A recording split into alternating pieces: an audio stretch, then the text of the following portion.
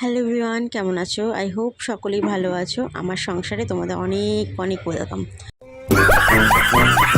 ঘুম থেকে উঠেই কিন্তু বসে পড়েছি আলু নিয়ে, বিকজ এখন আলু ভাজা করব। তাই আলুগুলোকে ভালো করে কেটে নিই। कुत्ते का गाड़ी उठा के ले जाएगा बता रहे हैं हम। আলু তো কাটা হয়ে গেছে, এখন এগুলোকে ভাজব। এর আগে গাজরের হালুয়াটা কিন্তু রেডি করে নিয়েছিলাম, তো গাজরের হালুয়াও করা হয়ে গেছে।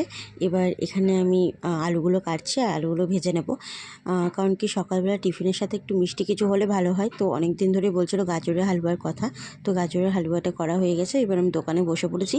এটা আমার শ্বশুরের দোকান, তো মাঝে সাঝে বসাই হয়। তারপরে কিন্তু রান্নাঘরে চলে আসলাম আবারও রুটি করার জন্য। আগে কিন্তু রুটি করেছি, সেটা তোমাদের ফুটেজ নিতে পারিনি, তবে আরও একবার রুটি বানাচ্ছি, এটা আমাদের জন্য। আগে জানো তো আমি একটু রুটি বানাতে পারতাম না, আটাই মাখতে পারতাম না, কিন্তু এখন কি বেশ ভালোই রুটি বানাই। আসলে আমরা তো মেয়ে, আমরা সবটাই শিখে যাই সময়ের সাথে সাথে। তো যাই হোক, রুটি টুটি করে আমি চলে গেলাম আবারও কাজে। এখানে দুপুরের রান্নার জোগাড়জান্তি আমি করে রেখেছি, আমার শাশুড়ি মা রান্না করবে।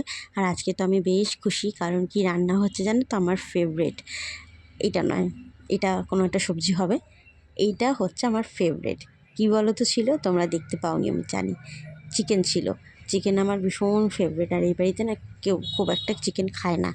আর আমাকেও ডক্টর বলেছে চিকেন না খেতে, কিন্তু কি করবো, আমার তো চিকেন খেতে বেশি ভালো লাগে। এই বাড়িতে সবাই মোটামুটি মাটন খেতেই পছন্দ করে, আর মাটনটাই হয়, চিকেনটা খুব একটা হয় না। তো আমার অনেক দিন ধরে ইচ্ছা হচ্ছিলো চিকেন খাবো। তো আজকে সকালবেলা মাকে বললাম, তো মা নিয়ে এসছে চিকেন। তো এবার চিকেন রান্না হবে, তাই জলদি জলদি করে সমস্ত কিছু কেটে রেডি করে দিলাম। তারপরে আমি যাব আমার ঘরে ওপরে। আমি দোতলায় থাকি, তোমাদের আগেও বলেছি। তো চলে যাব ওপরে, কারণ কি আমার ওপরে অনেক কাজ আছে।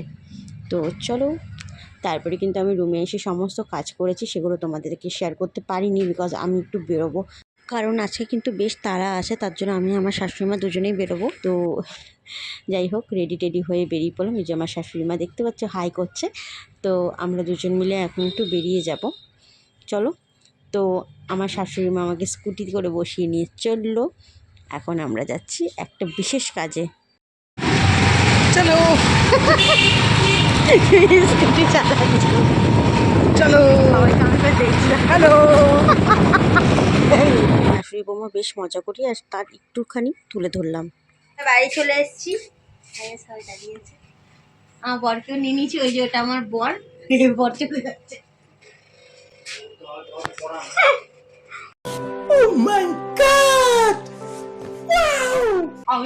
আর এই যে স্ট্যাচু, সুন্দরী স্ট্যাচু। আমার শাশুড়ির জন্য কোনো ছেলে খুঁজে দাও, বিয়ে দেবো।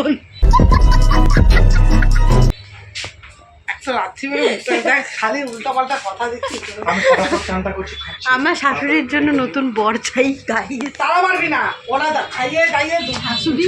দুপুরের খাবার খেয়ে কিন্তু আমি এবং আমার শাশুড়িমা আবারও বাড়ির বাইরে দাঁড়িয়ে আছি, বিকজ আমার বর আজকে গাড়ি শিখতে যাবে।